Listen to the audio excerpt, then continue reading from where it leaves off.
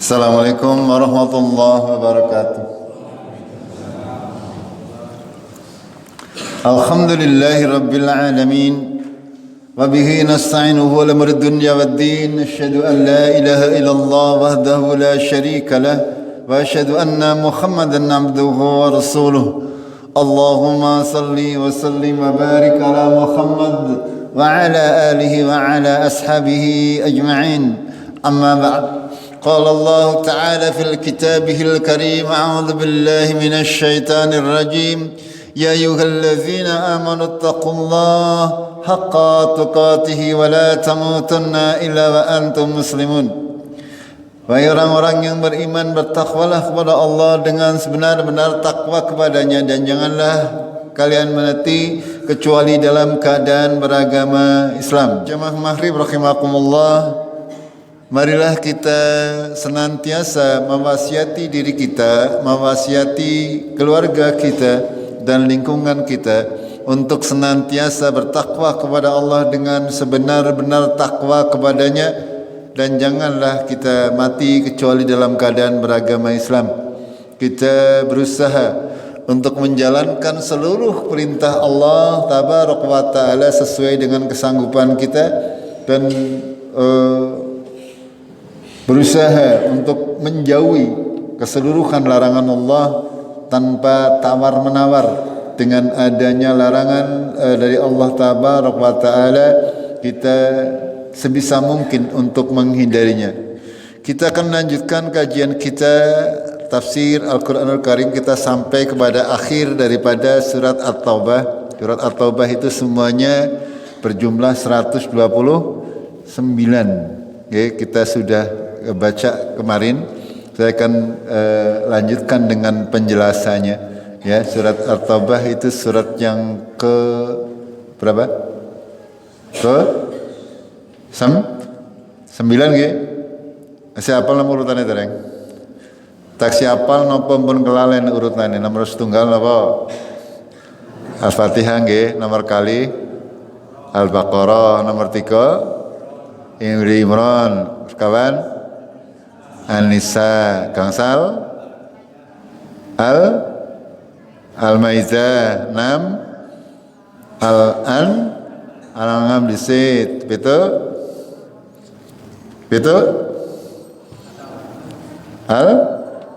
Al-Araf, balu apa? Surungnya ki, surung atau apa?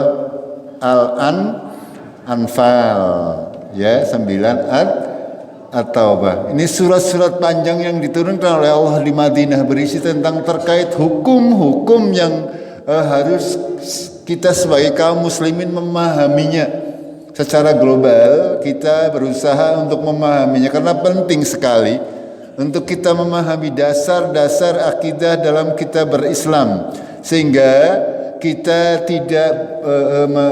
tidak terpengaruh dengan pemikiran-pemikiran orang-orang sekarang, apalagi di media sosial.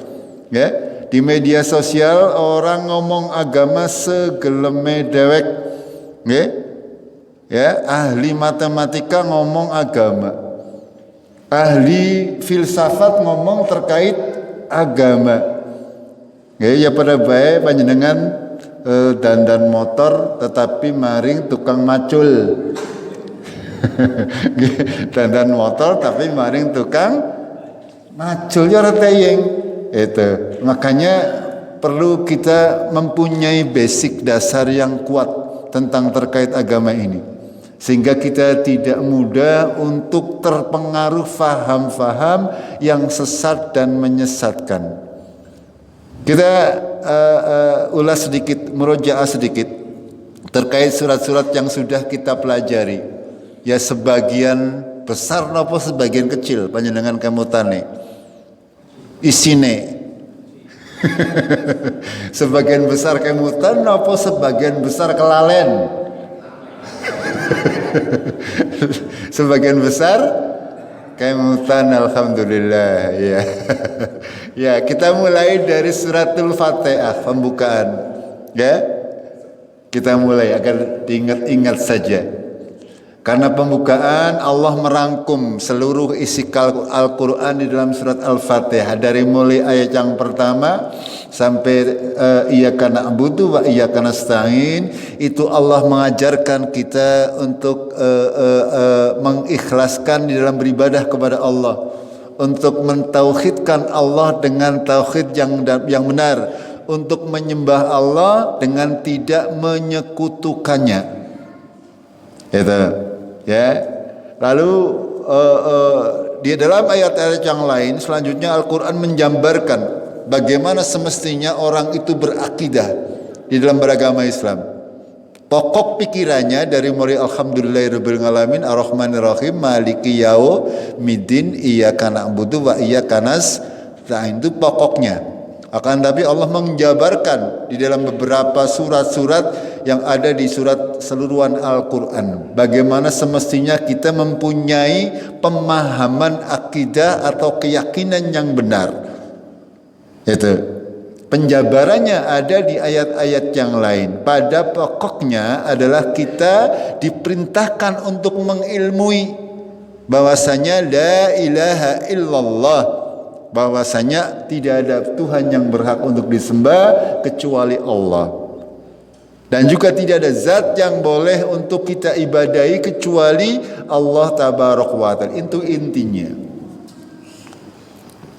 Lalu Allah memberikan tambahan atau di akhir di ayat-ayat selanjutnya mulai dari kalimat ihdinas siratal mustaqim, ya.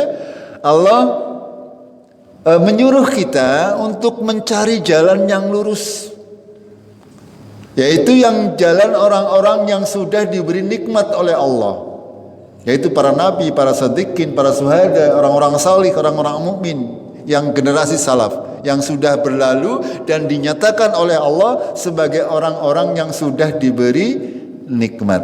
Ihdinas siratal mustaqim siratal ladzina an'amta alaihim. Makanya di ayat-ayat berikutnya Allah menjelaskan jalan-jalan orang yang sudah diberi nikmat itu seperti apa. Kita melihat kisah Nabi Muhammad, peperangan Nabi Muhammad, kisah Nabi Musa dan seterusnya, termasuk kisah keluarga Imran, ya, dan seterusnya. Semuanya dijelaskan oleh Allah. Begitulah kisah hidup mereka. Kalau kepengin menempuh siratal mustaqim, ikutilah jalan mereka, yaitu orang-orang yang telah diberi nikmat. Kalau tidak mengikuti mereka, maka kita akan menjadi orang-orang yang maghdubi dan dolin. Makanya ghairil maghdubi walad dolin, bukan jalan orang-orang yang dimurkai dan bukan pula jalan-jalan orang yang sesat. Orang yang dimurkai itu adalah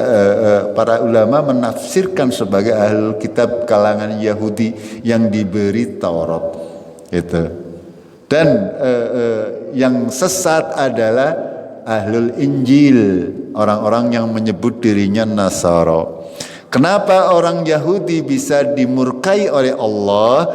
Karena mereka mempunyai ilmu tapi tidak diamalkan ilmunya.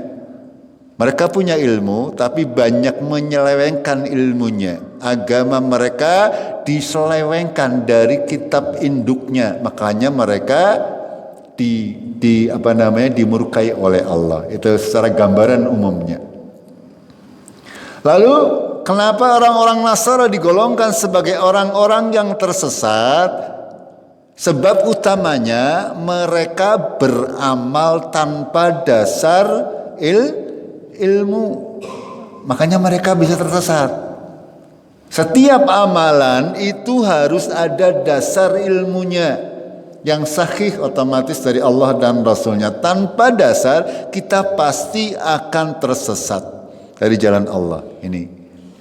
Nah, dari gambaran besar yang ada di dalam surat Al-Fatihah ini lalu dijelentrehkan oleh Allah tabaraka wa taala, dijelaskan secara panjang lebar dari mulai suratul Baqarah, ya, dari awal-awal ayat di ruku yang pertama Allah menjelaskan bagaimana sifat orang-orang yang beriman dan bertakwa.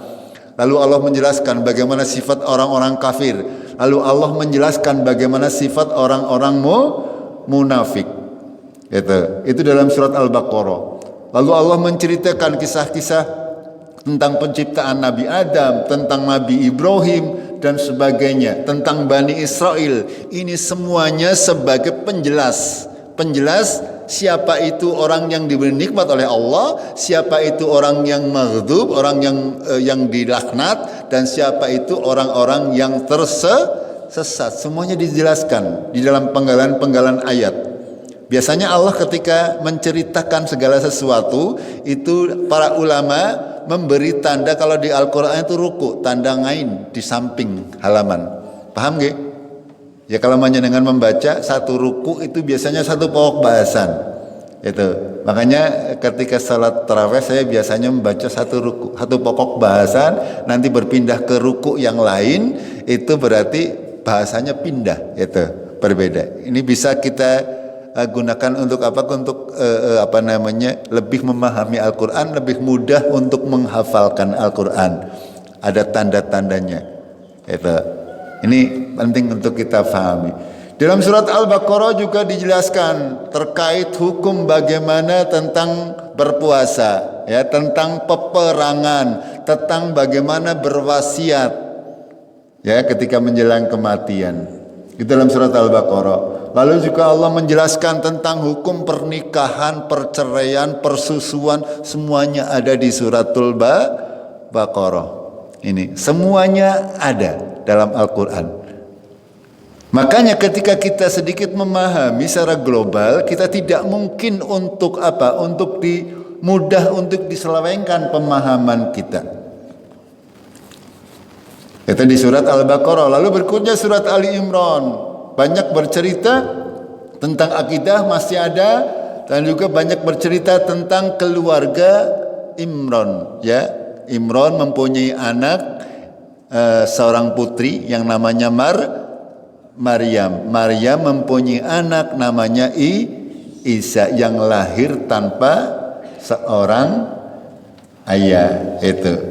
Dan sebagian orang Nasara yang menganggap dirinya Nasara, mereka tersesat karena mereka menganggap karena Isa ini adalah anak yang tidak ada bapaknya, sehingga ini anak ajaib, dianggap sebagai anaknya Gusti Allah, anaknya Tuhan. Itu. Kenapa mereka menganggap dia anak Tuhan? Karena Isa lahir tanpa bapak. Ini ajaib katanya. Kalau ditanya kembali, kenapa bukan Nabi Adam yang dijadikan Tuhan, dijadikan anak Allah?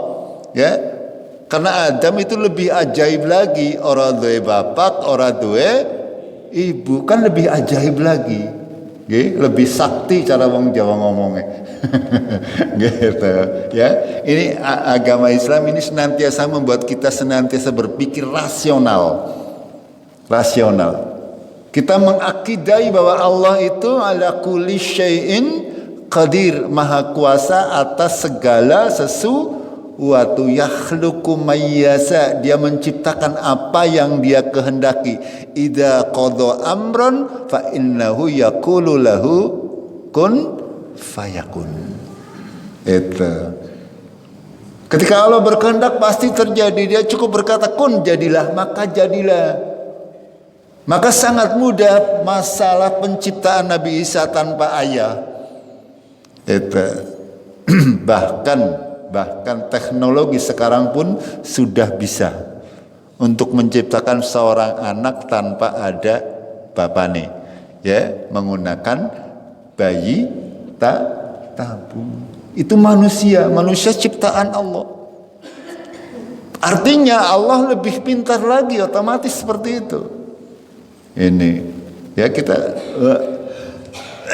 berlogika dengan Al-Quran, dituntun oleh Allah. Dituntun oleh Allah untuk apa? Untuk menerima agama ini. Entak ya, hati ini ya.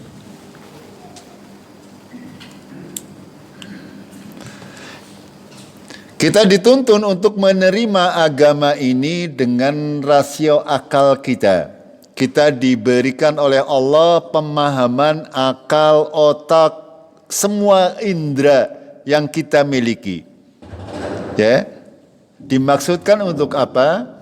Untuk berusaha memahami Allah Tabaraka wa Ta'ala. Allah mempersiapkan itu semuanya.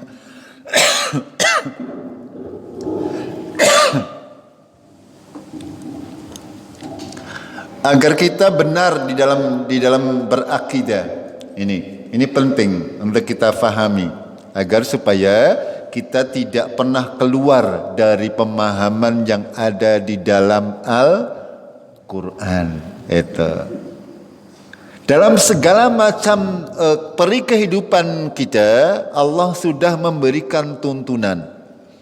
Di dalam kehidupan berumah tangga, bagaimana kedudukan suami dan istri, bagaimana kedudukan ayah, ibu, dan semuanya itu dijelaskan secara global di dalam Al-Quran dan diperinci secara detail oleh Rasulullah Sallallahu Alaihi Wasallam. Itu semuanya. Ketika Allah menjelaskan itu semuanya, Allah memberikan contoh-contoh. Ya, semuanya diperjelas. Yang taat berarti akan mendapatkan pahala terbaik. Yang tidak taat berarti akan mendapatkan siksa terburuk. Ini dijelaskan secara rinci oleh Allah.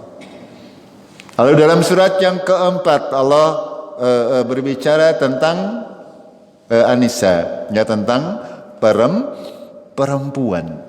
Ya, Allah bahkan menjadikan An-Nisa sebagai satu nama surat.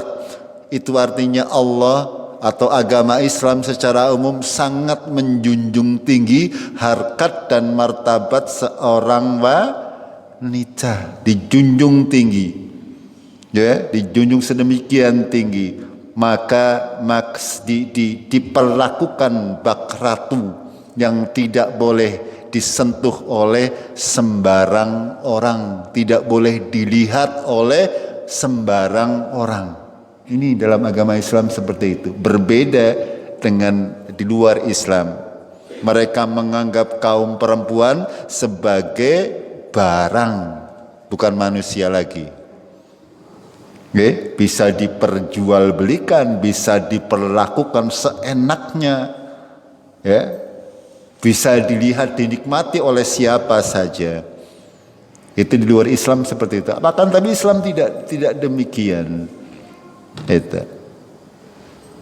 Begitu juga dalam surat An-Nisa Allah menjelaskan tentang hukum waris mewaris. Bagaimana ketika kita sudah mengikrarkan untuk hidup suami istri, itu artinya nanti sudah saling mewarisi sesuai dengan ketentuan Allah Tabaraka wa Ta'ala. Bagaimana kita harus membagi, semuanya dijelaskan oleh Allah. Gitu. Lalu berikutnya setelah An-Nisa Allah menurunkan surat Al-Maidah. Ya, Al-Maidah. Ya, begitu juga di sana Allah menjelaskan segala macam tentang hukum-hukum Allah, sangat lengkap. Begitu juga dalam surat Al-An'am, ya, Allah menjelaskan ya binatang-binatang yang boleh dimakan dan binatang-binatang yang tidak boleh dimakan. Jadi dipertegas oleh dalil-dalil dari Rasulullah tentang perinciannya. Ini sangat lengkap. Lalu memasuki surat yang ketujuh, yaitu surat Al-Anfal dan At-Taubah, surat Al-A'raf, ya. Allah menceritakan tentang nasib kita nanti di akhirat. Bagaimana perjalanan kita, ya. Perjalanan kita dari mulai kita memasuki alam kubur. Ya, Al-A'raf itu adalah sebuah tempat yang tinggi yang berada di antara sorga dan neraka.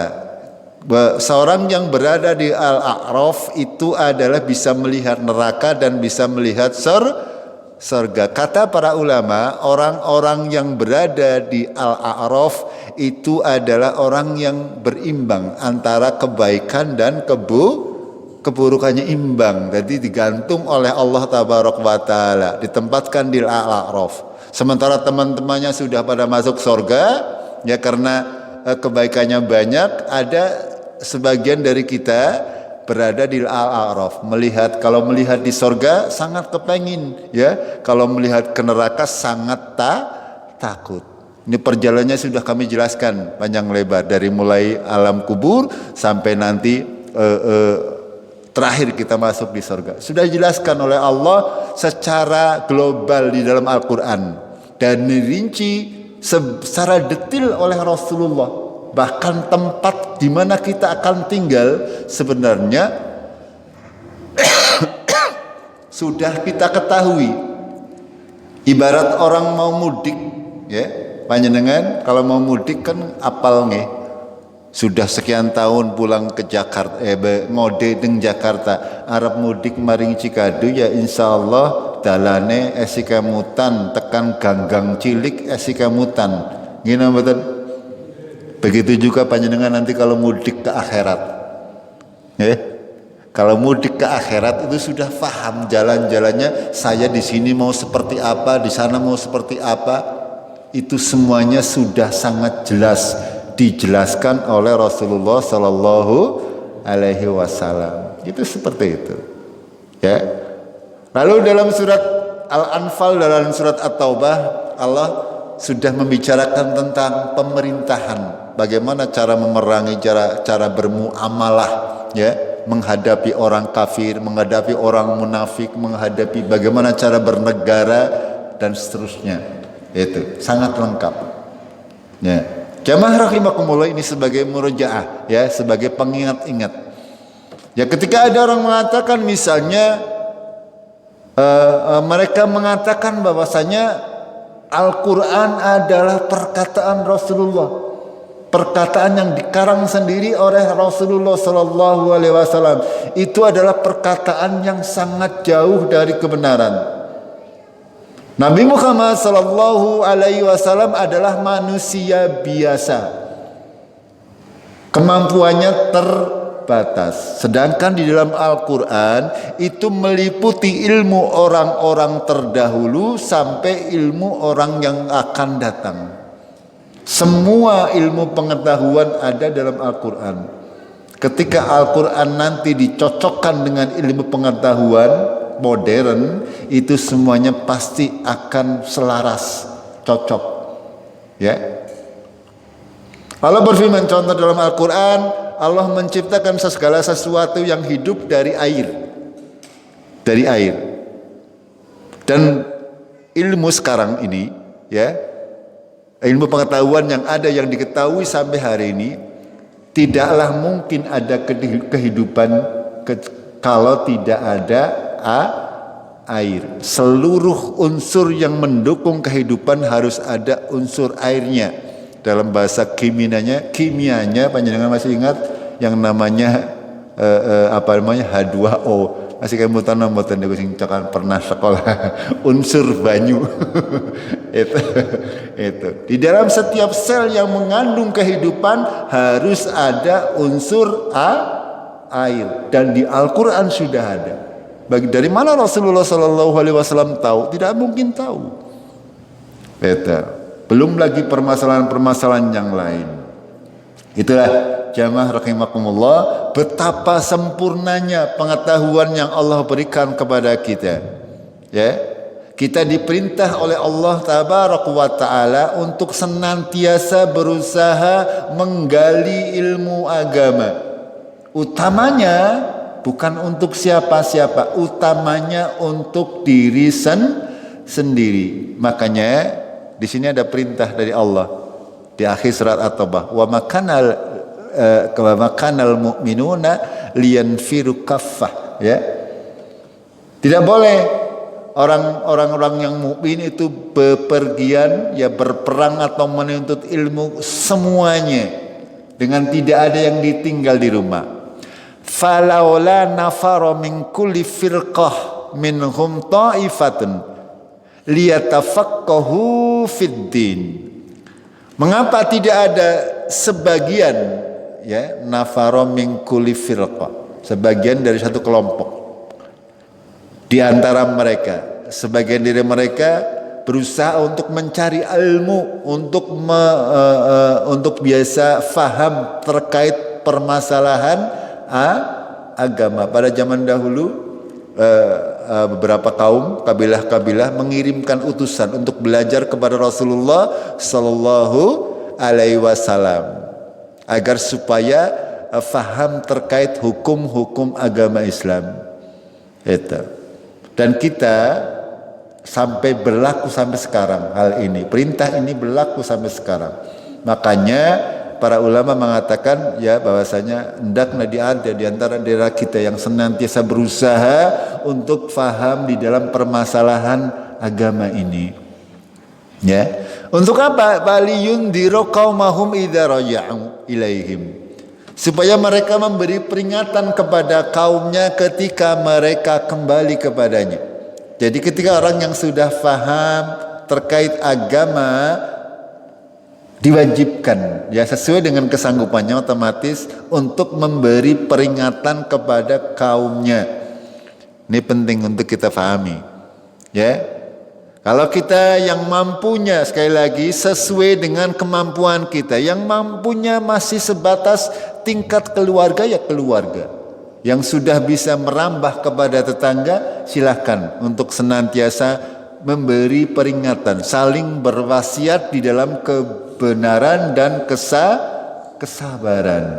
Ini penting ya untuk kita amalkan bersama-sama. Lalu Allah Tabaraka wa Ta'ala melanjutkan dengan di dalam ayat berikutnya Allah memerintahkan kepada orang-orang yang beriman, ya ayyuhalladzina amanu qatilul ladzina yalunakum minal kuffar. Perangilah orang-orang yang ada di sekitar kalian dari orang-orang kafir.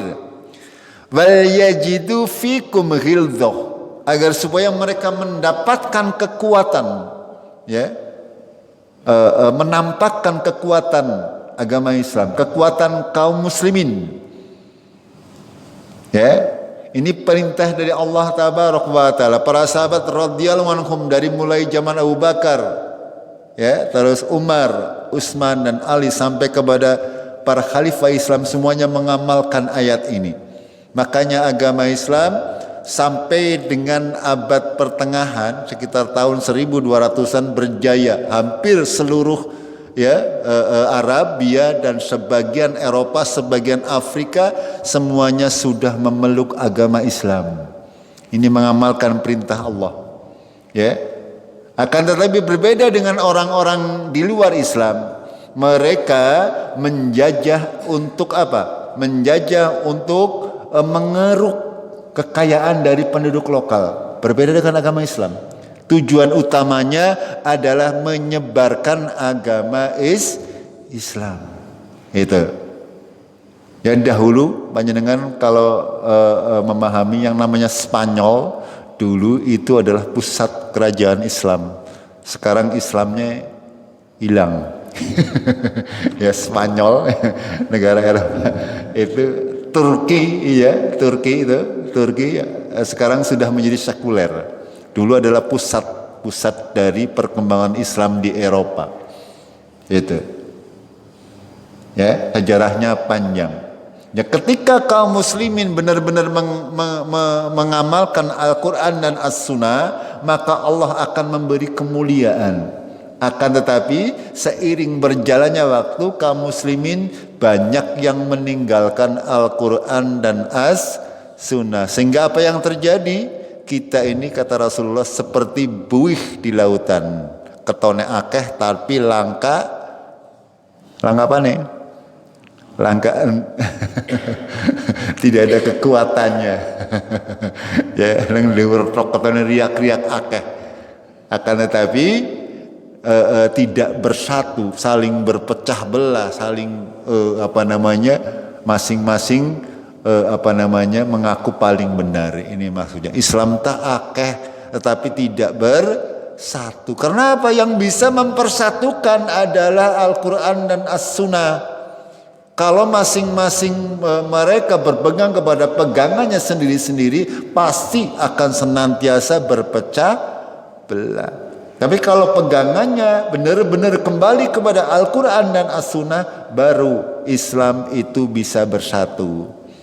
Ketika Islam bersatu baru kuat. Tapi kalau keadaan kita seperti ini saling bercerai-berai, ya, bahkan antar sesama kaum muslimin saja sudah tidak akur misalnya, ya, itu bagaikan buih di lautan.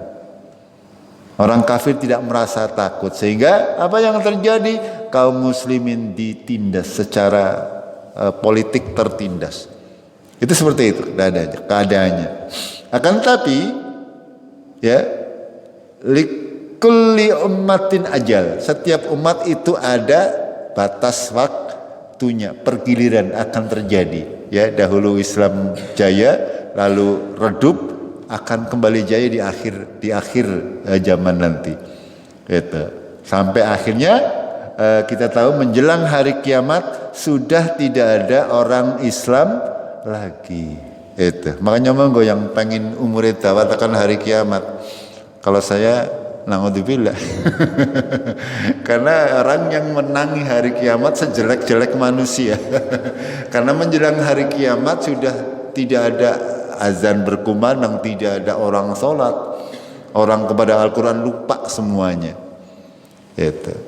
Tapi jangan menganggap ini masih lama, jangan menganggap. Allah bisa saja dalam sehari membuat panjenengan mati kabeh gampangane. Ya.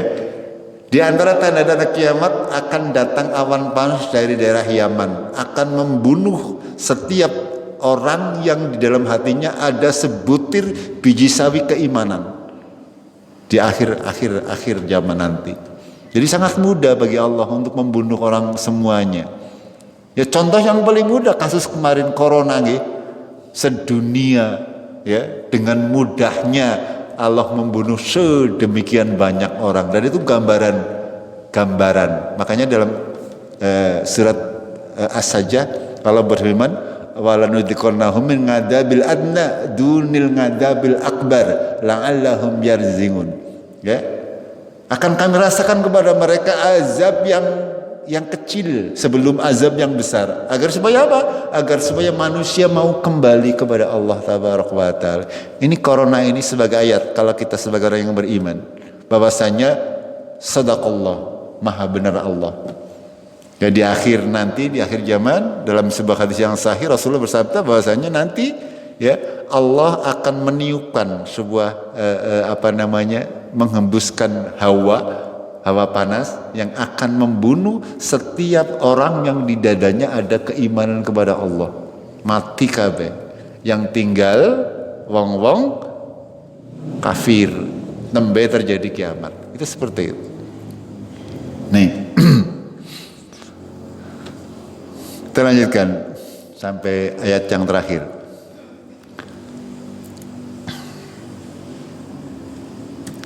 Yang ini aja, yang ayat yang ini sudah kami jelaskan, ya. Saya akan menjelaskan ayat yang terakhir. Laqad ja'akum rasulun min anfusikum. Sungguh telah datang kepada kalian. Khitabnya adalah kepada orang Arab, kepada orang Quraisy, ya. Kepada orang Quraisy, karena Nabi Muhammad SAW berasal dari suku Quraisy. Pada kita sudah kaji, ya, nasab dari Rasulullah. Makanya Allah berfirman, laqad ja'akum, sungguh telah datang kepada kalian, hai orang Arab, hai orang Quraisy, rasulun, seorang rasul, min anfusikum, dari golonganmu, dari orang Quraisy.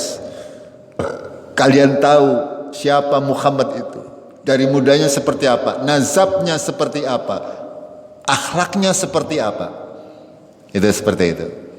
Ngazizun alaihi ma'anittum, ya, sangat berat baginya, bagi Rasulullah apa-apa yang menimpa kalian, menimpa kaum muslimin.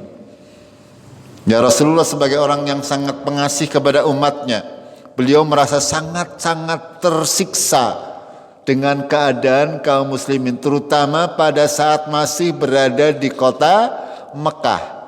di mana para sahabat-sahabat beliau mereka disiksa. Akan tetapi karena belum ada perintah dari Allah untuk melawan atau berhijrah, maka Rasulullah menerima walaupun hatinya sangat peras. Harisun alaikum maksudnya sangat mengharapkan bahwasanya siapapun yang didakwai oleh Rasulullah menerima dakwahnya. Ya, Rasulullah sebagai manusia yang paling tahu tentang nasib manusia ketika tidak menerima dakwah Rasulullah, sangat-sangat berharap setiap orang yang didakwai oleh Rasulullah semuanya beriman. Akan tetapi apakah demikian kenyataannya? Tidak. Bahkan Rasulullah tidak bisa memilih siapa di antara hamba-hambanya yang akan diberi petunjuk oleh Allah. Bahkan kita tahu orang-orang terdekat Rasulullah pun tidak semuanya beriman, tidak semuanya memperoleh petunjuk.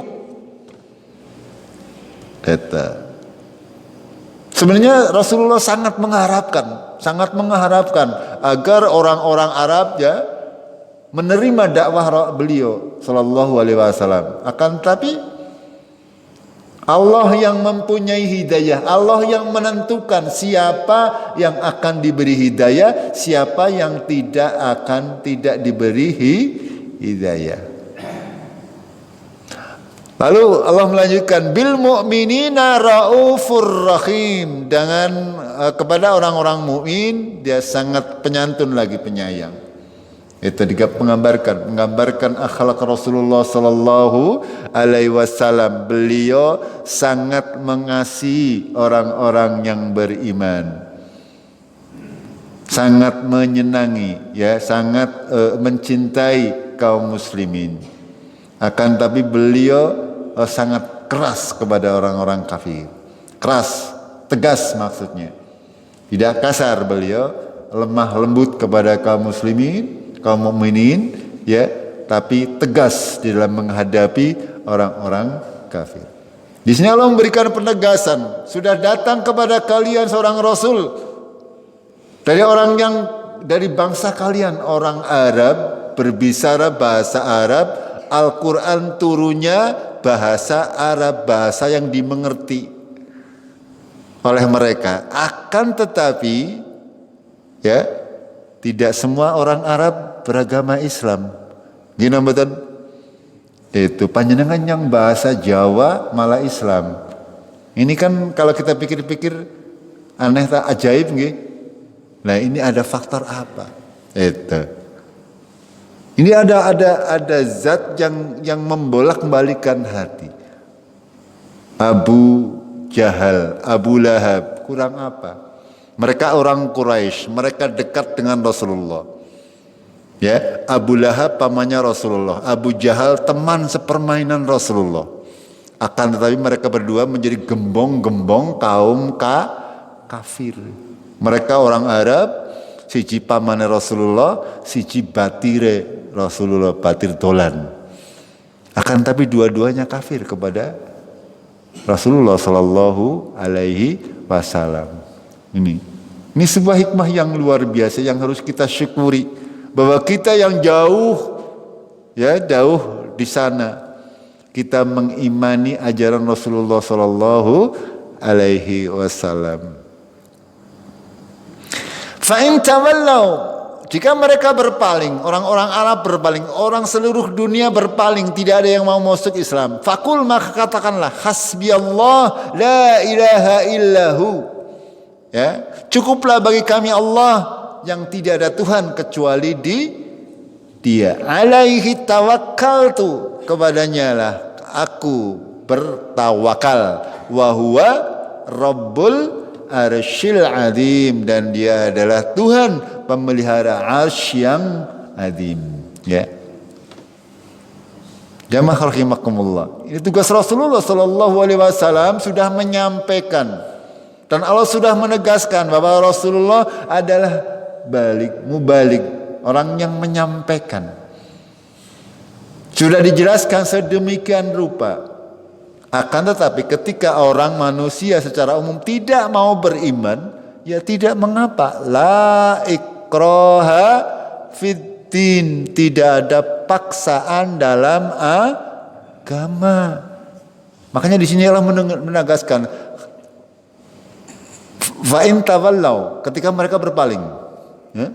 Ketika mereka berpaling tidak mau menerima Islam, ya biarkan saja, maka katakanlah hasbi Allah, cukuplah bagi kami Allah. La ilaha illahu, tidak ada Tuhan kecuali Dia. Kalaupun orang sedunia pada waktu itu Nabi Muhammad misalnya tidak ada yang mengikuti Rasulullah, ya tidak masalah. Ya tidak masalah, cukup bagi kita Allah. Karena Allah lah ya semua ini bisa berjalan. Ya. Di sini Allah senantiasa menyandarkan, kita harus senantiasa menyandarkan, bertawakal hanya kepada Allah. Kita sudah tahu makna tawakal itu adalah menyerahkan urusan kita kepada Allah. Kita yang pertama berusaha, lalu berdoa, ketiga baru tawakal. Itu yang dimaksud tawakal. Ya, jangan belum berusaha sudah tawakal. Panjenengan ya jangan seperti itu. Tapi sudah berusaha, ikhtiar dalam segala macam hal. Kita ikhtiar dalam dakwah, kita ikhtiar dengan cara seperti ini. Ya, mendirikan kajian, menyampaikan kepada manusia secara umum dalam setiap kesempatan. Lalu diiringi dengan doa. Setidaknya tawakal, mau diterima atau tidak, mau mendapat hidayah atau tidak, itu kita pasrah kepada Allah Tabaraka wa Ta'ala. Saya sering sampaikan, itu seperti itu maksudnya. Kenapa? Di sini Allah memberikan pemahaman bahwa Rabbul Arsyil Azim, Dia adalah Tuhan, ya, pemelihara, pemilik daripada arsy yang azim. Ya, arsy itu azim itu sendure gede. Ya, pernah saya gambarkan yang namanya bumi. Bumi dengan matahari, yaitu artinya bumi itu matahari itu besarnya itu 1.500-an dari bumi. Ya, kalau bumi ana 1.500 kuwi pada karo matahari. Padahal di langit ini ada miliaran matahari. Ada miliaran matahari. Matahari, bintang, langit dan sebagainya yang kita lihat di alam kita itu masih langit dunia. Artinya langit yang nomor 1. Padahal Allah menciptakan 7 lapis langit. Lapis langit yang kedua itu besarnya ya seluas langit, bumi dan seisinya daripada yang ada di langit dunia. Itu 2 kali lipatnya. Begitu juga sampai yang ke-7. Nah, arsy ini berada di atas langit yang ke-7. Besarnya apa? Besarnya seberapa? Ya langit 1, langit 2, langit 3, langit 3 sampai 7 digabung itu kalah besarnya daripada arsy. Ini seperti itu. Makanya ketika tidak ada orang yang menerima Islam, kata Allah, emang gue pikirin. Itu seperti itu. Karena Allah Rabbul Arsyil Azim, Allah pemilik arsy yang azim. Kalaupun seluruh manusia kafir, tidak ada yang mau sholat, tidak akan mengurangi kebesaran Allah, tidak akan mengurangi kebesaran agama Islam, kemuliaan agama Islam. Ini bukannya Allah sombong, tapi emang Allah berhak untuk sombong. Berbeda dengan panjenengan, tidak berhak. Panjenengan ya duwe harta titipan, duwe anak titipan, duwe umah titipan. Gini betul? Iya, kalau sudah yang punya ambil, panjenengan sudah tidak punya apa-apa. Jadi panjenengan tidak berhak untuk sombong. Ini hanya Allah yang berhak sombong karena Dia Rabbul Arsyil Azim. Dia mempunyai arsy yang luar biasa besar. Itu. Jamaah rahimakumullah, itulah ya surat At-Taubah sampai akhir ayat surat At-Taubah 129. Allah menggambarkan tentang bagaimana kita mengatur dalam surat Al-Anfal dan surat At-Taubah. Allah memberikan gambaran global terkait bagaimana sebuah negara itu harus dijalankan. Ya, kalau negara dijalankan berdasarkan Al-Quran dan Sunnah, insya Allah ya akan diridhoi oleh Allah Tabaraka wa Ta'ala fid dunya wal akhirah. Akan tapi ini semuanya tidak mudah, ya, tidak mudah untuk bisa seperti itu. Ya, butuh perjuangan, gitu, perjuangan, ya, agar supaya kita misalnya kita tidak mampu, berarti kita cukup menjalankan apa yang kita bisa selagi tidak bertentangan dengan Al-Quran dan As-Sunnah. Maka kita wajib untuk senantiasa mengikuti pemerintah kita. Itu ya, diantara hikmahnya, ya, Allah memang memerintahkan kita untuk bermasyarakat, bernegara itu adalah dengan berdasar Al-Quran dan Sunnah. Akan tapi ketika tidak pun, ya, ketika yang memerintah kita seorang budak Habasyi saja, itu tetap kita harus mengikuti. Selagi yang diperintah itu adalah sesuatu yang ma'ruf, sesuatu yang baik. Kecuali kalau pemerintah kita, ya, memerintahkan kita meninggalkan sholat misalnya, sholat dilarang, itu kita tidak boleh taat. Itu seperti itu. Bagaimana Allah, agama Islam mengatur sedemikian rupa urusan politik, urusan kemasyarakatan, urusan bernegara, bagaimana berhubungan dengan dunia luar, itu semuanya diatur secara lengkap. Dan itu terangkum dalam dua surat Al-Anfal dan At-Taubah yang sudah kita pelajari. Mudah-mudahan sampai di surat At-Taubah ini kita bisa mengambil hikmah, mengambil pelajaran, sehingga kita bisa semakin yakin dengan kebenaran agama Islam. Ya, kita bisa menangkal semua pengaruh-pengaruh pemikiran yang rancu, ya. Yang rancu, banyak orang yang mempunyai pemikiran rancu dan itu disebarluaskan. Kalau mikirannya rancu tapi buat diri sendiri nggak apa-apa. Tapi kalau sudah disebarluaskan, ini nanti akan banyak yang ikut tersesat. Begitu nggih? Kita akhiri dengan kafaratul majlis. Subhanakallahumma bihamdik, asyhadu an la ilaha illa anta, astaghfiruka wa atubu ilaik. Billahi taufiq wal hidayah. Assalamualaikum warahmatullahi wabarakatuh.